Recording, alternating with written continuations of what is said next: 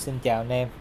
Thì hôm nay mình làm một cái clip rất là thú vị. Cái clip này là ghi lại cái đoạn ghi hình lại cái đoạn đường mà buổi sáng mình đi làm và buổi chiều mình đi làm về.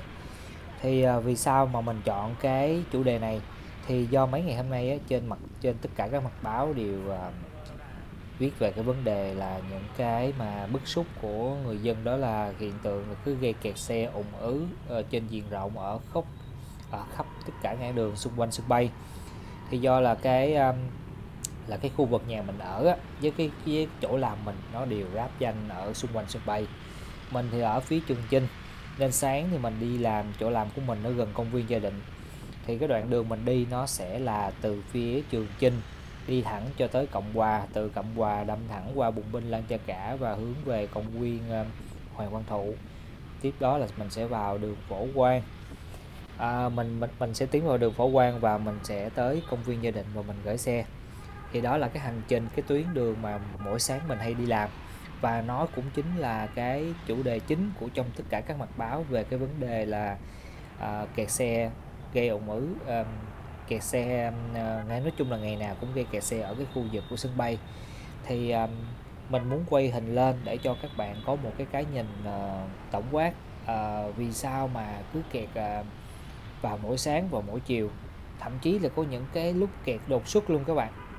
Đó, thì nay mình muốn ghi hình lại ở những cái mình muốn ghi hình lại ở hai cái thời điểm mà thường vào giờ cao điểm nhất, đó chính là giờ đi làm và giờ tan làm ha.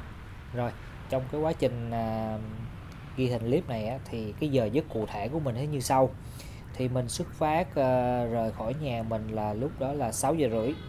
6 giờ rưỡi thì mình chở thằng nhóc qua trường, như trên clip các bạn đang xem ha. Thì mình sẽ chở thằng cu nhóc qua trường của nó, và sẽ từ bên trường nó mà qua từ ngay chỗ nhà mà chạy qua trường của thằng cu nhóc là tốn gần, theo clip mình ghi lại là tốn 5 phút. Và khi tới qua trường rồi thì cả gia đình mình vào quán cà phê để uống cà phê và ăn sáng rồi để cho thằng nhóc đi học. Thì cái quá trình này nó sẽ diễn ra tới thằng nhóc nó sẽ ăn sáng tới 7 giờ, và 7 giờ xong là nó đi bộ qua trường. Còn mình với bà xã thì ngồi thêm 15 phút, có nghĩa là 7 giờ 15 mình sẽ bắt đầu tiến hành đi lên tới chỗ làm, như trên hình các bạn thấy ha. Đó là thằng nhóc nó đi học rồi đó. Rồi sau khi nó đi học xong thì mình cũng ngồi tới 15 phút, thì 7 giờ 15 này mình bắt đầu mình tiến hành mình đi làm. Từ trường của thằng nhóc mà mình lên tới chỗ bãi giữ xe của công viên Gia Định á, có nghĩa là ngay chỗ làm của Phương á, thì nó sẽ dao động ở cái ngưỡng là 40 phút. 40 phút cho một đoạn đường gần 10 cây số. Chính xác trên Google Maps lúc này á, sẽ là 9,7 cây. Thì cứ cho là 10 cây số đi các bạn, cho nó dễ. Thì cái đoạn đường cái hôm mà mình ghi hình lại hôm nay là hôm thứ ba, nên cái thứ ba thứ tư gì ta, thứ ba thì phải. Thì cái lưu lượng xe của buổi sáng hôm nay á, theo cái cảm nhận của Phương là nó vắng. Thường trong một tuần nó sẽ đông nhất và kẹt khủng khiếp nhất đó chính là vào thứ hai. Nhưng mà sau ngày thứ hai thì cái độ kẹt nó cũng đỡ hơn. Bây giờ các bạn có thể thấy là cái lưu lượng trên đường nó cũng tương đối thôi, nó không kẹt lắm. Và cái chỗ mà kẹt nhiều nhất đó chính là cái chỗ mà cái cửa ngõ, ngay chỗ cái cửa ngõ mà đi vào khu công nghiệp Tân Bình. Đó là nằm trên đường Trường Chinh đó các bạn, cái chỗ ngã ba đường Trường Chinh với đường Tây Thạnh á, chỗ đó.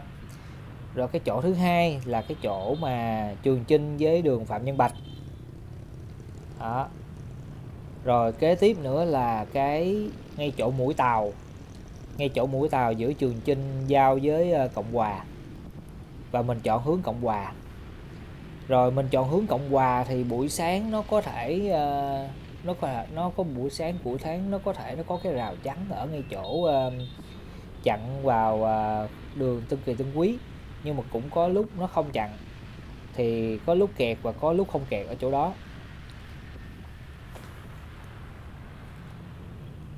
Và cái chỗ mà kẹt nhiều nhất đó chính là cái chỗ mà gần khi mà Phương vào đường Cộng Hòa, mà gần ngay chỗ tới cầu vượt Hoàng Hoa Thám các bạn. Chỗ đó là kẹt nhiều nhất. Rồi kế đến sau khi mà Phương pass qua được cái chỗ cầu vượt đó thì tiến tới ngay chỗ cái chỗ mà kẹt nhiều nhì luôn á, là ngay chỗ Cộng Hòa với Út Tịch. Thật sự là bây giờ Phương không hiểu ở cái chỗ đó, cái chỗ mà Cộng Hòa với Út Tịch á, thật sự là không biết có một cái cách nào để khắc phục cái chỗ đó hay không. Tại vì cái chỗ đó nó làm cho kẹt dài từ ngay lúc mà vừa xuống cầu vượt Hoàng Hoa Thám là các bạn sẽ kẹt dài cho tới ngay chỗ Cộng Hòa với Út Tịch luôn. Mà nguyên do là ở cái chốt cái cây đèn đỏ đó nó không biết nó như thế nào, cái sự phân luồng hay là cái, thậm chí là Phương thấy là nếu mà ở đó có cái sự xe mà từ bên hướng Út Tịch nó đi ra Cộng Hòa, không biết là có nên bỏ ở cái ngã ba đó hay không. Nếu mà cái ngã ba đó mà bỏ được thì cái lượng xe nó sẽ lưu thông nó liên tục hơn và cái độ ùn ứ nó sẽ giảm nhiều hơn. Tại vì trên một cái huyết mạch đường cung chính á, một cái cung đường chính á, ví dụ như đường Trường Chinh với đường Cộng Hòa nó nói thẳng băng với nhau, mà cứ nhiều ngã ba xả xe ra, chặt qua chặt lại, thì cái lượng mà những người mà có nhu cầu đi trên cái cung đường chính đó để vào phố á, tại vì sau khi mà vượt qua được cái cầu vượt Bùng Binh Lăng Cha Cả tiến tới công viên Hoàng Thụ là người ta đã vào phố rồi. Nhưng nếu mà cái đoạn đường mà từ ngay chỗ Trường Chinh, An Sương đi cho tới cái cầu vượt Bùng Binh Lăng Cha Cả đó mà nó không xuyên suốt với nhau, nó cứ ngã ba chặt ra thì nó kẹt rất là nhiều. Như các bạn thấy đang trên clip mình như nãy Phương nói nè, là bây giờ nó đang kẹt ngay chỗ cái ngã ba mà quẹo vô khu công nghiệp Tân Bình nè các bạn. Đó, các bạn xem clip là các bạn sẽ hình dung nó rõ nhất nó kẹt như thế nào.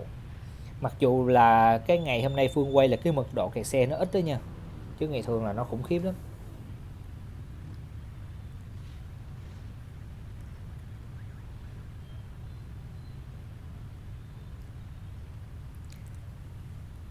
Rồi trở lại vấn đề, thì sau khi Phương xuống cầu vượt sau khi mà vượt qua chỗ cái cầu vượt Bùng Binh Lăng Cha Cả tiến vào đường Phổ Quang, thì từ đường Phổ Quang Phương cứ chạy thẳng tới ngay chỗ làm của Phương ha. Đó là cái hành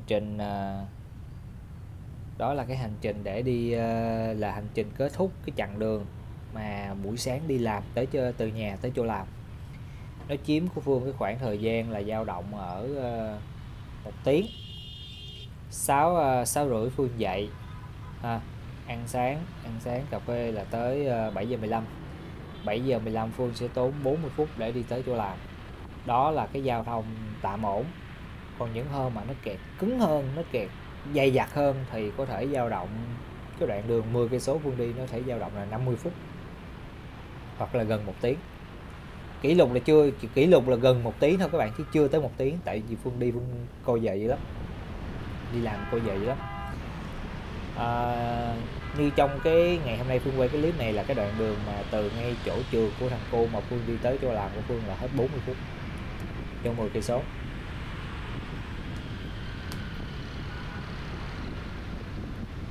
Thì rất là nhiều, có một cái bài báo, như cái bài báo các bạn xem hình các bạn sẽ thấy ha, là cái gì,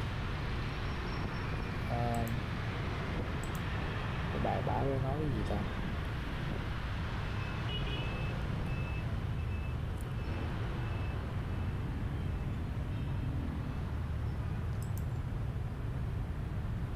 cái bài báo đó nói lên cái sự bức xúc của một người mà họ phải, của một cái chị gì của một cái chị gì đó ở quận Tân Phú mà đi làm trong quận Nhất, mà bà phải tốn 1 ngày 4 tiếng cho cái việc mà ngồi xe, tại vì bà đi xe buýt. Rất là nhiều người thấy cái tiết đó mà chưa kịp vô coi bài á, thì thường hay lầm tưởng là không biết bà đi xe kiểu gì mà tốn 4 tiếng cả đi lẫn về cho một ngày đi làm. Thì vô xem rồi mới biết ha, là bà đi xe buýt ha. Thì xe buýt đối với khoảng thời gian đó là có nha các bạn. Các bạn cứ nghĩ đi, buổi sáng cái lượng giao thông nó dày dặt như vậy, mình chạy xe gắn máy mà còn muốn lên bờ xuống ruộng nữa, huống chi xe buýt nó chạy tới đâu nó kẹt thì nó dừng thôi chứ biết làm gì giờ. Mà bả là hướng bên Tân Phú đi ra quận Nhất, còn mình là cái hướng mà từ quận 12 đi xuống Tân Bình và đi qua Phú Nhuận. Mình giao lưu qua 3 quận, và cái tuyến đường mình đi là cái tuyến đường mà nó đang trong những cái điểm nóng kẹt xe, nhất là cái đoạn Cộng Hòa, và kẹt cứng nhất là từ đoạn Cộng Hòa mà ngay chỗ ngã ba Cộng Hòa giao với Tân Kỳ Tân Quý tới Cộng Hòa Úc Tịch. Và trên cái đoạn này chúng ta phải nên xem rõ coi cái nguyên nhân nó kẹt từ đâu. Cá nhân Phương thì Phương thấy nó có nhiều cái ngã ba rẽ vô cái tuyến đường chính là cái đường Cộng Hòa, nó làm cho ùn ứ khi mà chờ đèn, cũng như là sự thời gian đèn nó không hợp lý đó. Nếu mà từ đầu đường Cộng Hòa, ngay chỗ Cộng Hòa với Trường Chinh á, mà thẳng tới ngay chỗ Bùng Binh lên cho cả, nó là một cái tuyến đường chính thẳng, không có ngã ba, chỉ cho quẹo ra thôi, chỉ cho những người trên Cộng Hòa quẹo ra thôi, đừng cho xe tự nhiên trong những cái ba đó quẹo vô, để bớt được những cái chạm đèn xanh, những cái chốt đèn xanh đèn đỏ để dừng xe lại, để cái huyết mạch, cái lượng lưu thông nó cứ liên tục thì nó sẽ không dẫn tới cái tình trạng là kẹt cứng như vậy.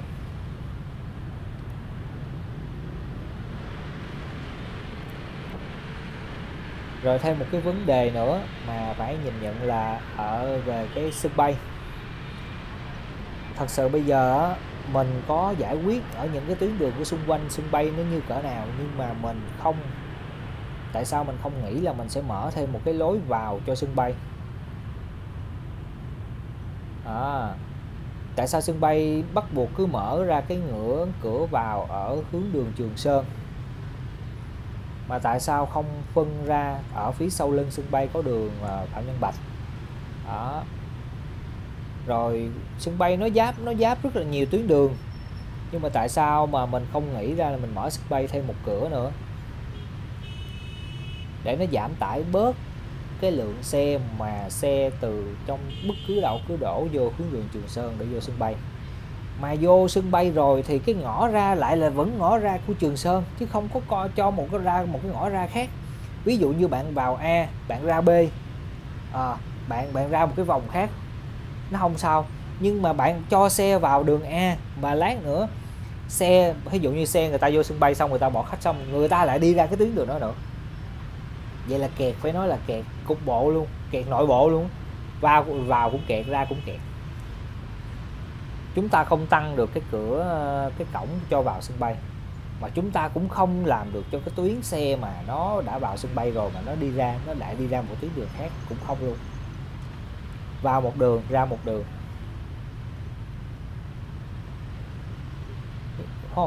Vào cũng đường Trường Sơn và ra cũng đường Trường Sơn. Như vậy là vô tình chúng ta cũng tạo cái điều kiện cho kẹt. Đó là ý kiến của Phương về cái việc mà sân bay, nghĩa là tại sao không nghĩ mở thêm cổng vào sân bay, và cũng tại sao không nghĩ cái lối ra cho vào sân bay. Lối vào là một đường, lối ra là một đường. Rồi cái tuyến đường huyết mạch trên cái tuyến đường Cộng Hòa, tại sao không nghĩ giảm cắt bớt những cái ngã ba khi mà người sổ ra đường Cộng Hòa, để giảm bớt những cái dừng đèn đỏ, làm cho cái sự lưu thông nó liền mạch với nhau hơn.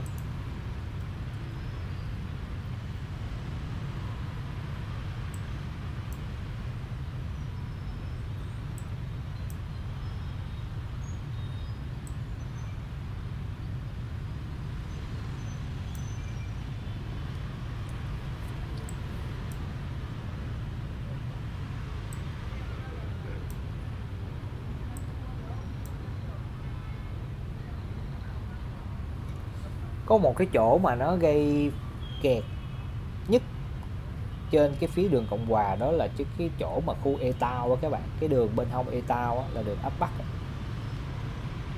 Thật sự là cái đường này Phương không biết là nó có cần thiết hay không. mà cái nguyên nhân kẹt một phần cũng từ đây, cũng từ đường ngã ba ấp Bắc, xe ở bên kia với xe vô, xe ra vô của ấp Bắc làm chặt ngang cái chỗ này, là một chốt đèn đỏ phải chờ đèn hơi lâu. Rồi bắt đầu từ ngay chỗ này là nó kéo dài cho tới trước khi mà các bạn tới cái cầu vượt của Hoàng Hoa Thám. Và sau khi xuống cầu vượt Hoàng Hoa Thám thì chúng ta lại tiếp tục nhích bởi vì dưới một cái ngã ba, đó là cái ngã ba Cộng Hòa với đường Quốc Tịch. Kẹt cứng luôn các bạn ơi, quả lắm. Có nhiều buổi sáng đi làm cảm giác như là mình đang là tham gia một cái trò chơi thử thách gì. Khi mà tới chỗ làm là hết sức lực luôn. 10 cây số mà 40 phút là Phương chạy một mình nha các bạn. Phương chạy một mình và cái phương tiện của Phương nó tốt. Đó, mà các bạn nghĩ đi, nếu mà 10 cây số mà các bạn đưa cho một phụ nữ rồi chạy xe tương đối thôi, rồi có chở theo con nhỏ hay gì đó, mà quá trình mà đưa nó đi học nữa thì nó không tới được 40 phút đâu, nó sẽ hơn 1 tiếng. Đó, hơn 1 tiếng, kinh khủng lắm. Đó, như các bạn xem trên clip này là Phương đang bị kẹt ngay chỗ A-Town nè, ngay chỗ A-Town Phương nói luôn đó. Mà nguyên nhân nó kẹt ngay chỗ A-Town là nó có cái ngã ba ở đường ấp Bắc, chờ đèn xanh đèn đỏ.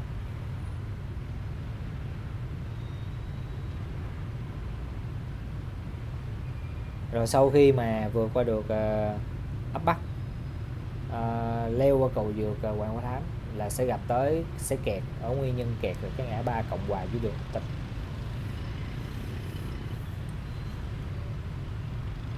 Và khi mà vào phố, vào trong quận trung tâm thì những ai mà di chuyển cái hướng Cộng Hòa chỉ cần qua được cái cầu vượt Hoàng Văn Thụ là bắt đầu nó đã bớt xe rồi, nó đã bớt rồi.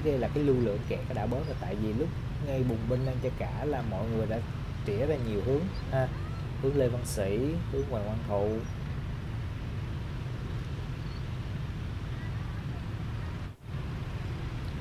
Rất là mệt mỏi.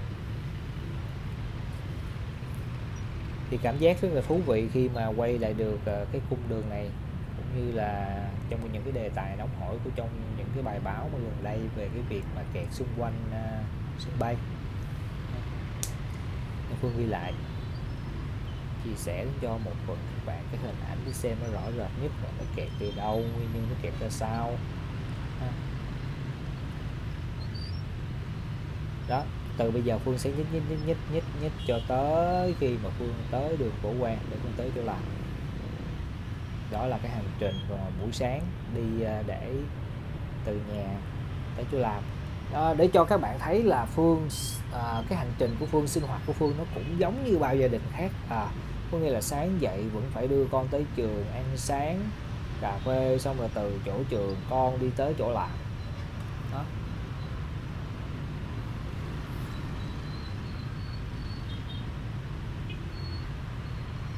Rồi, bây giờ các bạn xem để các bạn xem cái đoạn đường để Phương tới chỗ làm ha.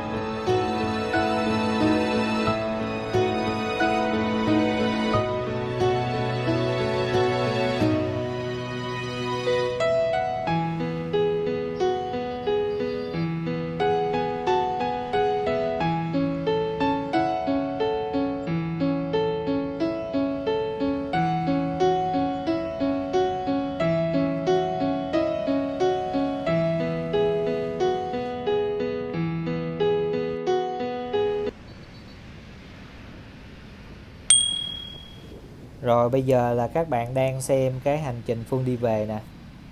Bây giờ là 5 giờ 10 chiều, 17 giờ 10 đó các bạn. Thì Phương từ cái bãi xe công viên Gia Định và Phương lấy xe đi về. Thì cái hành trình này theo như Phương bấm đồng hồ là Phương về tới nhà là 35 phút. 35 phút. Cũng tương đối chạy nhanh đó các bạn. Không hiểu sao cái ngày hôm nay mà Phương quay clip là cái mật độ mà kẹt xe nó giảm lắm, chứ ngày thường nó khủng khiếp lắm kìa. Theo như trên clip các bạn nhìn thấy còn khoảng trống nhiều đúng không, chứ còn những hôm mà thứ hai, cái hôm thứ hai có một số hôm á Phương không rõ thì cái mật độ xe nó khủng khiếp lắm, nhất là cái tầm giờ này. Thì cái tuyến đường mà Phương đi về là Phương sẽ đi về đường Phổ Quang, Phương ra ngay chỗ công viên Hoàng Thụ. Qua hướng công viên Hoàng Thụ là Phương sẽ chui vô một cái đường. Cái đường đó là cái đường để Phương coi coi cái đường nó gọi là cái gì ta.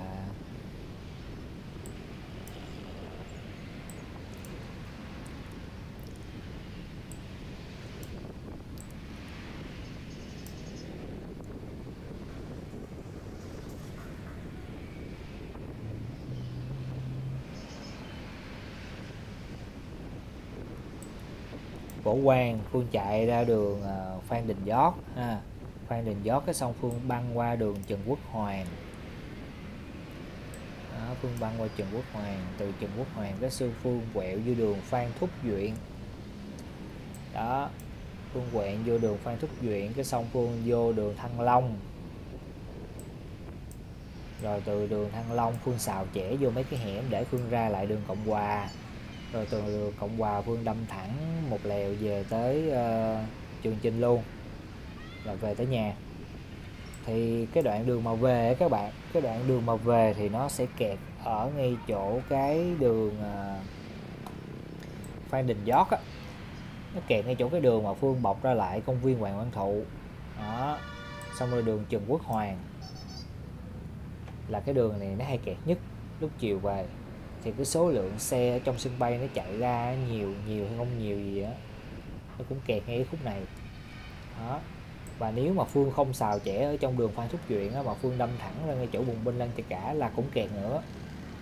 Ngay chỗ này nó hay kẹt lắm, ngay chỗ cái bùng binh Lăng Chả Cả hay kẹt lắm, nên Phương thường hay xào chẻ trong đường Phan Thúc Duyện. Vô hẻm đó Phương xào chẻ, Phương đi ra lại đường Cộng Hòa. Thì Phương ra Cộng Hòa là nó ra ngay đúng ngã ba Cộng Hòa với Úc Tịch luôn các bạn, là cái tâm kẹt luôn. Lúc này xe nó chạy tứ lung tung, Úc Tịch nó băng qua Cộng Hòa, nó quẹo qua, rồi một cái đám chạy ngược chiều bên hướng Cộng Hòa nó lại quẹo qua Úc Tịch, làm kẹt khủng khiếp. Rồi từ ngay chỗ đó Phương chạy bỏ qua ngã ba Úc Tịch là Phương chạy lại tới cầu vượt Hoàng Hoa Thám. Tùy hôm, nếu mà cầu vượt nó đông quá Phương đi dưới, còn nếu mà ở dưới đông quá Phương leo lên cầu vượt. Có những hôm cầu vượt nó đóng cổng để nó làm đường một chiều đó các bạn. Ví dụ như buổi sáng thì nó cho các bạn chiều đi vô phố, còn buổi chiều tan giờ người ta đi làm về á, thì nó làm một chiều cho hướng đi về Trường Chinh đó, như vậy á. Thì nếu mà đóng được cái làm cái cầu vượt mới làm đường một chiều thì đường nó rộng, chạy lên thoải mái. Thì sau khi mà pass qua được cái chỗ cầu vượt Hoàng Hoa Thám rồi đó, thì chạy lên chút xíu nữa thì nó kẹt ở cái chỗ là nó kẹt ngay chỗ Cộng Hòa với ngã ba Tân Kỳ Tân Quý á các bạn. Nó hay kẹt khúc đó lắm. Và nó kẹt ngay chỗ cái mũi tàu, nó kẹt ngay chỗ cái đèn xanh đèn đỏ mũi tàu. Cái đèn xanh đèn đỏ mũi tàu á là lúc nào đèn cũng cho hai bánh chạy thẳng được hết á. Nhưng mà nhiều người không biết, cái tới đó dừng xe cái kịch, dừng đông quá thế là bị kẹt chặn lại, khổ. Chỗ đó chỉ dừng lại đèn xanh đèn đỏ là xe hơi thôi nha các bạn, còn xe hai bánh là được chạy thẳng nha. Và quên nhắc các bạn một chuyện là buổi chiều bắt đầu từ lúc 16 giờ cho tới 20 giờ là các bạn sẽ được chạy xe hai bánh vào lane ô tô, đoạn từ hướng Trường Chinh hướng cái hướng mũi tàu các bạn, cái hướng mà kết thúc đường Cộng Hòa đó, hướng đó cho tới ngay chỗ cho xuống tới cầu Tham Lương nha. Còn vừa xuống cầu Tham Lương mà các bạn vẫn đi cái lane ô tô á, cái lane ô tô ở trong đường Trường Chinh á, là các bạn sẽ bị phạt nha các bạn. Chỗ đó nó không cho xe hai bánh chạy vào lane ô tô. Xuống cầu Tham Lương là các bạn phải lấy lại lane hai bánh của mình liền, không có đi ở trong cái đoạn đường không có đi ở trong cái đoạn lane của 4 bánh. Nhiều người không rõ, nhiều người không biết á, buổi sáng á, hướng mà từ ngã tư An Sương á, mà chạy vô Cộng Hòa á, mà cái khúc mà trước khi chưa qua cầu Tham Lương á, cứ hay đi vô cái lane ô tô á, là bị lụm liền.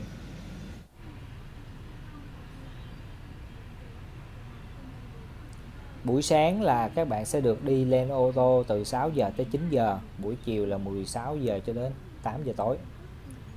Cái này phải lưu ý nha các bạn. Chạy xe đừng có chạy theo số đông, cứ nhìn bảng mà chạy.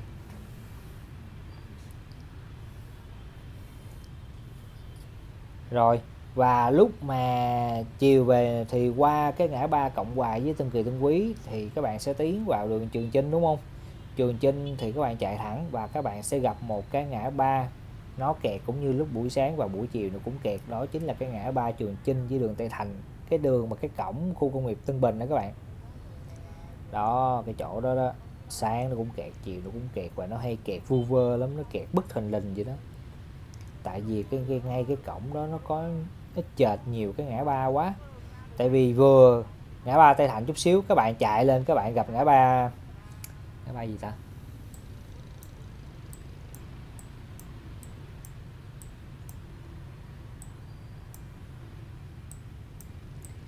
cái ngã ba đó Phương quên hoài.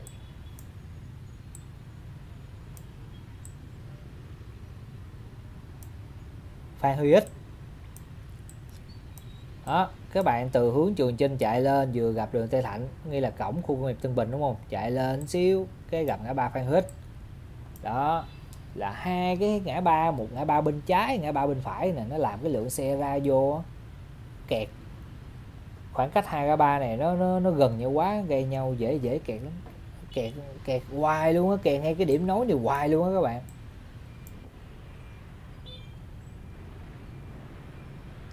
Bây giờ vẫn không có được cái cách để làm triệt để cái vấn đề này. Rồi sau khi mà pass qua được cái chỗ mà ngã ba Tây Thạnh này là cái đoạn đường về tới nhà của Phương thông thoáng rồi các bạn, ổn, không có bị kẹt nữa. Và đó là cái đoạn hành trình buổi sáng đi làm và buổi chiều đi làm về một ngày của Phương.